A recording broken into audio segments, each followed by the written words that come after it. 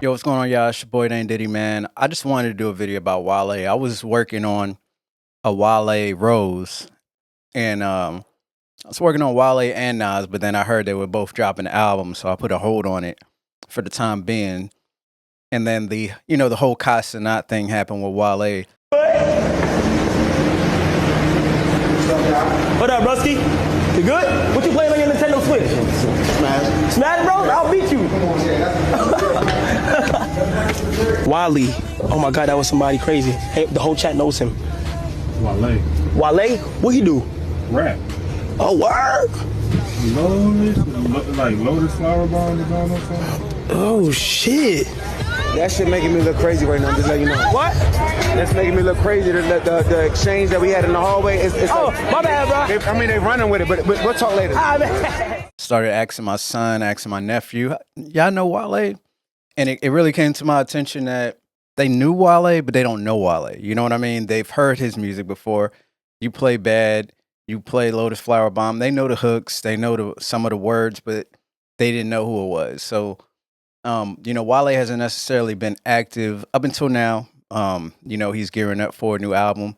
I figured like it was a good idea to kind of do like a Wale for Dummies. And it's going to be a little bit more highlights, ranty, pointing to specific projects as opposed to the roses that I've been doing where I kind of cover the whole discography of the artist or whatnot. So Wale also goes by Wale Folarin, very well established artist. He's out of the DMV, Nigerian, Maryland, DC, Virginia, for those that don't really know what the DMV is. He's actually, if you ask me, the first mainstream artist to kind of incorporate go-go into his sound. He's probably the first hip-hop artist mainstream that incorporated Afro-punk into his sound.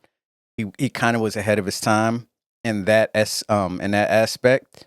He has 2 #1 albums. He has 4 top 10 albums. He has 4 gold albums. He has 1 diamond single. He has 6 platinum singles. He has 9 gold singles. He has songs that no matter what time period we're in, you're going to probably hear. No Hands, Lotus Flower Bomb. When I think of Wale, when I like to describe artists, I like to think of things that they've said to sum up how they are or what describes them best. And I feel like Wale has a line from Ambition that kind of describes him really well. That line is, I'm sort of like Socrates in a prodigy. I feel like that really sums up Wale's style, like the swagger of somebody that wears Prada, you know what I mean? Especially at that time period when he said it, because you got to think like everybody was wearing Polo and Lacoste, and La Tiger was even kind of making a comeback. Everybody was wearing Polo shirts, not necessarily Polo the brand, but Polo did have a purple label brand that was really popular amongst the celebrities at the time. And it's kind of like saying I'm cool, sophisticated. Like I'm an artist, but I'm cool, sophisticated. Another good line that he actually said that could be a good way to describe him is a couple of his bars from MMG's MMG Part 1, Self-Made, on the first song, Self-Made, where he says, got that vision of Pac, but go ahead and brand it as Oprah.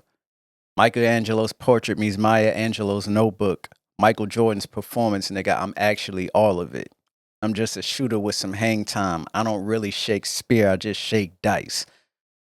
Wale is like super poetic. He is basically the super lyrical version of what Tupac's style bred. You know what I mean? When you think of Tupac, you think of a super poetic rapper. He was well known for writing poetry. And Wale kind of took that and kind of mixed that with a lot of the things that people in his era, my era, were really big on. Sneaker culture, wrestling, sports, all types of sports. So most people don't consider wrestling as a sport. So a lot of football lyrics. And Wale was also very self-analytical and self-conscious in his music. I blame that sound on Joe Budden, but I do feel like Wale contributed to that a lot. He would do a lot of songs about self-reflection and things of that nature. when you think back to like the big artists, you got to think back to people that were on the Double XL freshman cover, and Wale was on the '07. Yeah, so Wale was on the second freshman cover, and when you look at the people that's on his freshman cover with him, B.O.B., Charles Hamilton, Asher Roth, Corey Guns, Mickey Fax, Ace Hood, Currency, and Kid Cudi. And look at that list. Think about that list for a minute and think impact. Who made an impact? I know Kid Cudi is praised very heavily for some of the sounds and everything that he cultivated. I would easily make the argument that Wale has more hits than Kid Cudi. I know Kid Cudi may be considered more influential, but Wale definitely has more hits. Mickey Fax, he has a school, Pendulum Inc., where he teaches MCs how to write, how to break down lyrics. He actually put a project out with the first set of graduates from Pendulum Inc., and everybody on that joint is fire. Currency's still doing this thing. Ace Hood he's about to put a new project out. He just put a new single out. That joint is fire. Blue's got a classic album. He actually came back out recently. What was this year or last year? I'm drawing a blank on the album, but that joint is crazy. Corey Guns, I don't know. I don't know what Corey Guns is doing at all. Asher Roth, no clue. Charles Hamilton, no clue. I know he had put something out a year or two ago that I had heard. B.O.B. B.O.B.'s still doing his thing. He put out a project last year that was actually not that bad. The music industry kind of turned their back on B.O.B. For multiple reasons, I'm assuming. But B.O.B. is actually still dope. But Wale, out of everybody I just mentioned, Wale was probably the most consistently active person out of that list of people. Like, I know Kid Cudi's been around, like I said, but Kid Cudi like took long breaks from music. Wale's been fairly active the majority of that time. And Wale's actually in that group of people, because like we always talk about the big three, right? It kind of was like five that people was keeping an eye on. I mean, it was Kendrick, Drake, Cole, Big Sean, and Wale. Like, they were the ones that was doing a thing. There's some other people from the covers that are actually prominent and important in hip hop. You know, Joey Badass, Ab-Soul, Meek Mill, Big Crip, YG. There's a lot of people, but Wale was one of the people from those covers to make an impact. I mean, his first song, you go back and listen to his first set of mixtapes and the Go-Go records. And Go-Go, people weren't really big on Go-Go, but being in Virginia at the time, Wale was doing his thing, you heard Go-Go music from here and there. You heard Go-Go music when you would go out to the nightclub. So when Wale was doing it, it was a breath of fresh air. And he kind of incorporated in Pretty Girls, which ended up being a big hit for him. The label kind of wanted him to hide it. I know he felt like he got railroaded a little bit with his first album. But actually, let's talk about that. Albums, if you never heard of Wale before, these are the albums you should check out. Right here is a list of all the projects Wale's put out up until his most recent project. These are EPs, mixtapes, albums, all just a straight combination of them. This is basically all of them right here. Out of all those Wale projects, man, these 5 right here are the ones I would say that you should 100% listen to. These are Wale's classic projects. Easily, anybody that listens to these, I feel like even if you aren't a Wale fan, you're going to walk away enjoying something. You should definitely check out More About Nothing, Ambition, Folarin, Gifted, and the album About Nothing, 100%. And if you enjoyed those, I definitely think you should definitely graduate to these albums as well. You know, you have the mixtape About Nothing, which was the prelude to More About Nothing. Back to the Future, you get to hear Wale rapping alongside all your favorite MCs. I have to say that. MCs, he's not just rapping with just about anybody. Only the Spitters. Got R.O.S.E up there. He's got Joe Budden up there. Is J. Cole? I feel like J. Cole's up there. It's a lot of MCs, and Wale is just going in there. And this was a really big thing at the time, man. You know, people were coming for people's heads when you got on a record with them. You don't want to get embarrassed being on a record with somebody else. And Wale holds his own, if not outperforms everybody on all of these songs here. Crazy project. The 11-1-11 Theory, Festivus, which actually preceded the album About Nothing. Summers on the Sunset is actually really good. And then you also had Before Shine, which was the mixtape that was put out before Shine. It kind of gets you ready for it, but it's also somewhat a different sound from what Shine ended up being. I just want to say, I think Wale is completely underappreciated. I know there's some things I recall when I was a heavy Twitter user back in the day. People didn't like some of the things he was saying in interviews and how he would talk. I know he's somewhat of an introvert, and he tends to say things in a way that would make people feel sour about him in some ways. But I think if you just listen to the music, I know some people find it hard to separate the two. I don't necessarily find that too difficult unless whatever happened was that crazy.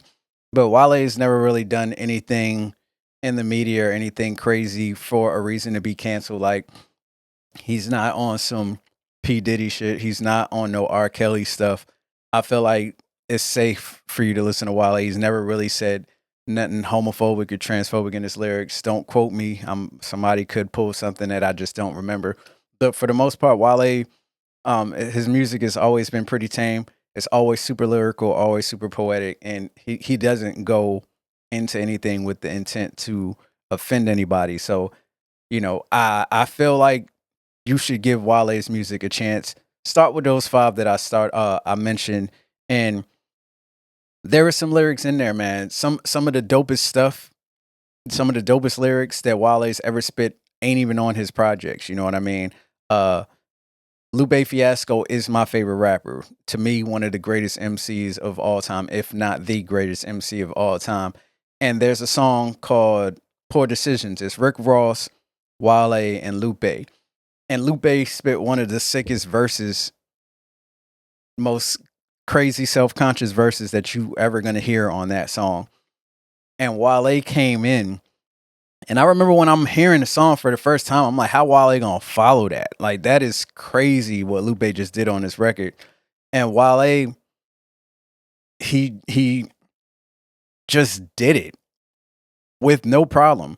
You go and listen to like verses that he spit on Dice Pineapple. He basically has the best verse on that song. You go and a lot of people's favorite songs at that time it came out was I'm On One. He has a freestyle on the I'm On One beat, which washes every verse on the I'm On One song. I know people love Lil Wayne's verse. It was dope, but Wale killed that song. And he's just hella known for that. You listen to his verses on the Made Music album, and you listen to his verses on that album, what song does Wale not have the best verse? Like, he's just really underrated in that way. At some point, I feel like it's going to hit. I hope it's not when it's too late. That's why I have this channel. That's why I do this. I like giving people their roses while they can still smell them. And Wale is easily one of the top tier MCs. That's why I was working on R.O.S.E for the man. And I hope everybody gives them a chance. If you've never heard of Wale project, to all the youngins, don't fall for the chatter online and the TikToks and the Twitter. Wale is a beast. Go ahead, listen to his music. I will say, I mean, he put out a couple records. He has the one song with the SWV sample. I don't feel like that's gonna work. I understand what he's trying to do, but he's done that before, but he's done it better. There's a bunch of songs that he's done with that sound. Like, I feel like the joint On Chill is a good example of when they use a sample like that. What was that? The Tony sample, I believe. But the CRC freestyle that he just put out, that's the Wale that I love. That's the Wale that I fell in love with. That's the Wale I love to hear because he's spitting that shit. I love the ghetto speeches that he did, which I thought was about to be part of the rollout for his project, but it looked like that was kind of a pump fake. But either way, Wale's doing his damn thing. Wale's always done his thing. Go back, listen to it. Listen to Shine. I know people hated it when it came out, but it was ahead of his time. That was Afrobeat and hip hop fusion throughout the whole project. You know what I mean? And it was ahead of his time by like at least by probably like 2 years. And then Drake and everybody else started doing it and everybody loves it. But Wale did it first. and people did not enjoy it at the time. I don't know what happened. I don't know if the marketing, I felt like if the album came out a couple months later, it would have hit. But either way, Wale got some joints on his hands. He's got a lot of classic records. He has the Billboard stats also as well, because that's not, in my opinion, relative to showing whether you're dope or not. But it does show that he had nationwide recognition. I've seen Wale in concert twice, and he puts on an amazing show. The girls love him, and he just knows how to entertain. So if you don't know Wale, now you know. Go ahead and check his music out. And then let me know in the comments down below, man, what's your favorite Wale verse? What's your favorite Wale song? Let's get the conversation going about Wale, man, in a positive way. Thank you guys for watching, man. Peace.